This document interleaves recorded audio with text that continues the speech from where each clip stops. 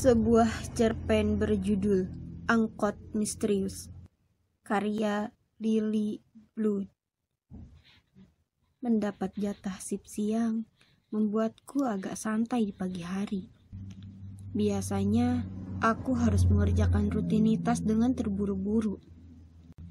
Belum lagi antri masuk kamar mandi dengan penghuni kos yang lain. Sambil menyiapkan tas kerja, aku teringat dengan desas-desus angkot misterius 105. Angkot yang sehari-hari kutumpangi pergi dan pulang kerja. Selama ini aku tak pernah khawatir karena pulang jam 4 sore. Sedangkan angkot misterius itu muncul menjelang tengah malam. Tapi hari ini aku akan pulang malam kan? Sampai di gedung pusat perbelanjaan bergengsi di kota Depok, aku bergegas menuju lantai 2 di mana aku bekerja. Lumayan, aku tidak harus merapikan ruangan seperti jika masuk pagi. Semuanya sudah dikerjakan temanku. Aku hanya perlu merapikan diri di ruang ganti dan langsung bekerja. Sebenarnya, tidak masalah masuk pagi atau siang. Semua ada enak dan enggaknya. Kalau masuk pagi, aku harus bangun sangat pagi dan melakukan rutinitas dengan tergesa-gesa. Sesampai di tempat kerja, masih harus merapikan dan menyiapkan semua perlengkapan terlebih dahulu. Sedangkan kalau masuk siang, aku harus rela kepanasan di dalam angkot. Jarak kos dengan tempat kerja lumayan jauh. Gaji karyawan kelas bawah sepertiku tidak akan cukup untuk membayar ongkos taksi yang ber-AC. Tahun 2010 belum ada ojek online. Hal yang paling tak mengenakan saat masuk siang adalah pulang terlalu malam. Aku harus memastikan sudah tidak ada barang yang diletakkan sembarangan.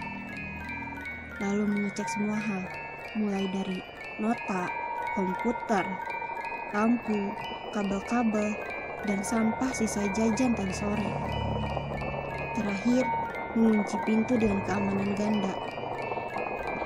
Tak terasa, jam menunjukkan pukul 22:15. Turun dari angkot pertama, halte sudah lenggang. Jalanan yang berada di area gedung perkantoran hanya menyisakan cahaya remang-remang. Bank dan kantor-kantor itu sudah tutup sore tadi. Angkot yang biasa mangkal sudah tidak terlihat. Aku tidak pernah menyangka tempat yang ketika aku berangkat kerja begitu ramai itu akan selenggang ini saat malam. Aku jadi membayangkan angkot misterius itu. Samar-samar bulu kuduku meremang. Jantungku berdegup tak karuan. Yang paling kutakutkan bukan hantu, melainkan tindak kejahatan. Aku terus merafal doa agar dijauhkan dari mara bahaya. Kilatan lampu menerpa tubuhku. Itu pasti kendaraan umum yang kutunggu. Benar saja, mobil berwarna itu berhenti di depanku. Kemana, Neng? Tanah baru, Bang. Naik aja. Tapi angkot itu bertuliskan angka yang lain. Bukan nomor menuju kawasan kosku. Enggak, Bang. Enggak lewat ke sana kan? Udah malam, di belakang enggak ada angkot lagi. Naik aja, nanti dianterin. Seperti terhipnotis kata-katanya, aku hanya menurut. Memutar ke arah pintu dan masuk. Aku hanya duduk dekat pintu karena dalam angkot itu sangat gelap. Angkot mulai bergerak. Saat melewati flyover, lampu menyala dengan nyala yang sangat kecil. Namun cukup untuk membuatku bisa melihat isi di dalam angkot. Aku diam-diam mengontrol diri, berusaha untuk tetap tenang.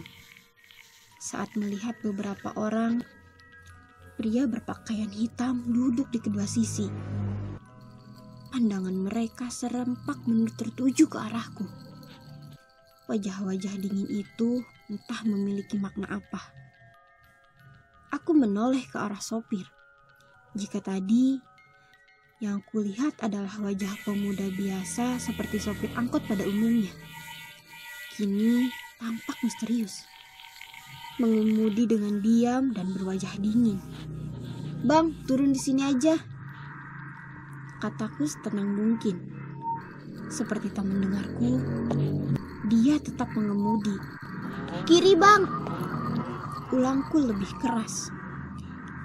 Dia hanya melirik dingin. Kali ini aku benar-benar gemetar.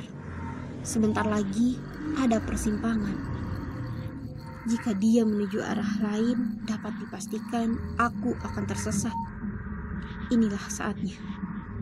Aku harus mengambil keputusan nekat. Jika harus mati, biar aku mati dalam keadaan bersih.